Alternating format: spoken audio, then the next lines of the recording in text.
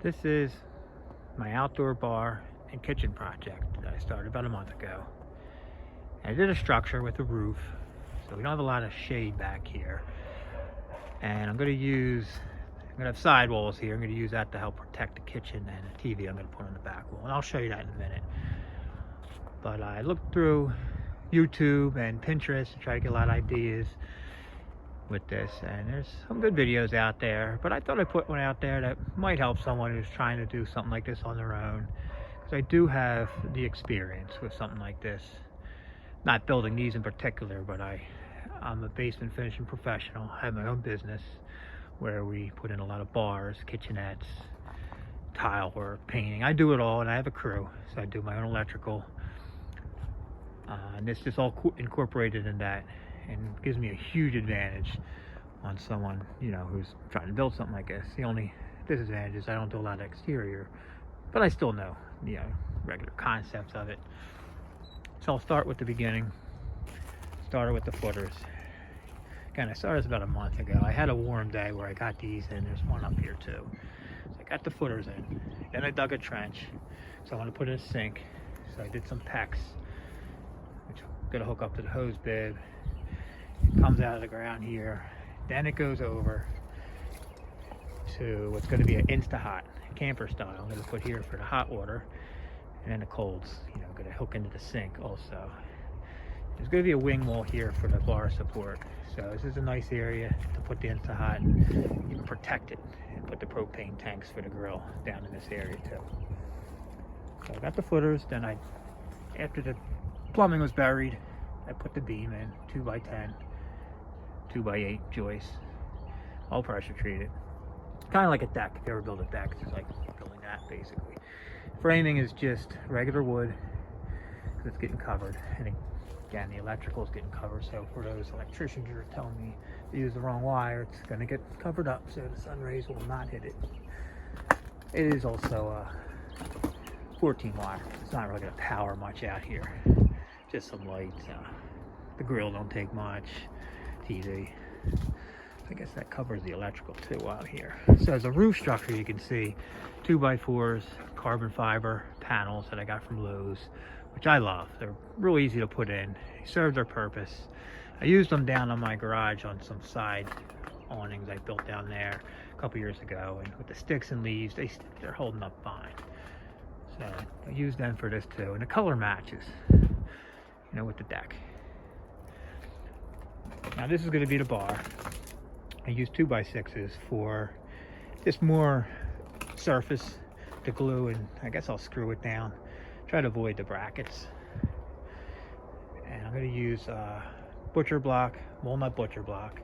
That's what I use in a lot of my basements. And you can see my pictures from the basements I finish on suburbangcllc.com to get an idea of that. So I'm going to use a spar urethane on the top because that'll help with the UV rays from breaking it down. The front wall, we're not sure yet. Still waiting on my boss for material selections. So when my wife gives me them, I can start closing that part up. I got some OSB I want to put on this just to help protect. We had a nasty snowstorm come in yesterday, and as you can see, got some snow on some things. There's a lot of wind, so you can see the blue right in that. And you get a chance to put the hurricane ties up. But it held up pretty good. It's still a little shaky right now because I don't have the sidewalls on. But I'm not sure what the front. And that's one of my challenges, I gotta say, with finishing basements is the finished materials. With customers trying to figure out what they want. There's so many options out there now. So I'm kind of experiencing that now with my wife, and we're going to work on that. Maybe go to Lowe's, Floor and Decor, to get some ideas on the front wall, the back wall, and the sides.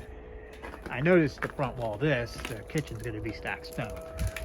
So we just got to pick a color. Not sure the back wall of the bar either. So I know what the bar is going to be.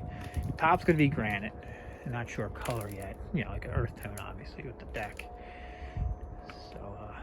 Now the metal, and again, a huge advantage with me installing the metal because I have a lot of experience with it. I have a union carpenter for 5 years. It's what we use in commercial. But just watching these videos, I could see there's a lot of people just don't know it. And you know, I went with the 20 gauge, which I'm not used to.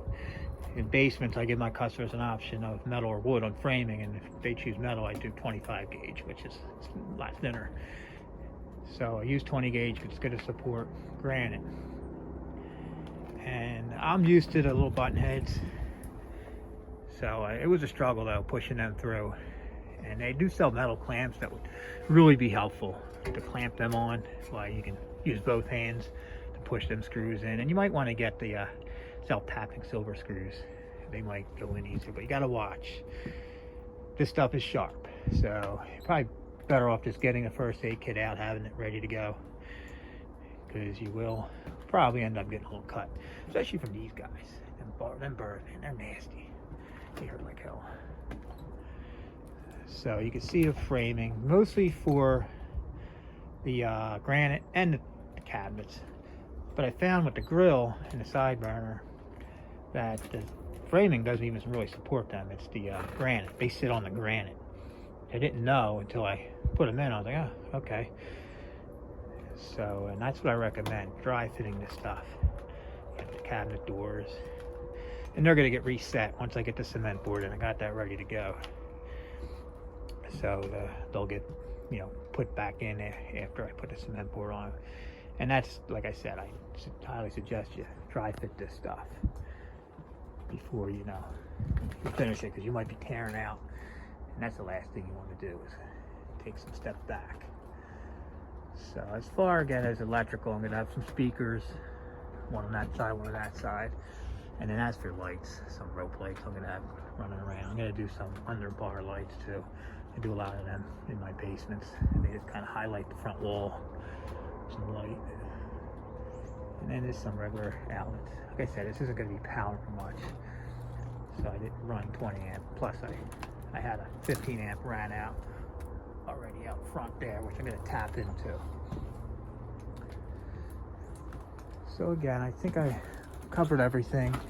I'll run through one more time with the camera in front of the framing up close so you can get an idea of how I did things, because I know this should be able to help some people trying to put something like this together on their own. Again, I built the deck out 3 feet by 10 feet to give us more room once we get the table in.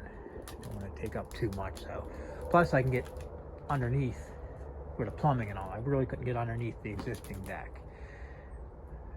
You know, if I would. This used to be where the railing was. You can see I'm not too happy with this area. Decking's not the flattest and ugly looking, so I might end up redoing this floor area eventually. So I'm going to go through the framing again so you can get an idea. Again, like the metal, I have a lot of experience with this. This is kind of how we do it. There's a lot of ways of working this stuff, but this is, you know, my way of doing it, how I learned. Top track, and this is 25 gauge 3 5/8 just as braces, and it's kind of covered in the snow, but just trying to give you an idea of how I framed it.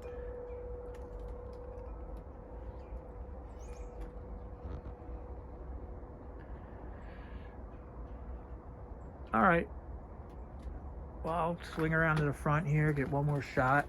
You can see it from afar, and send another video out there once it's all done.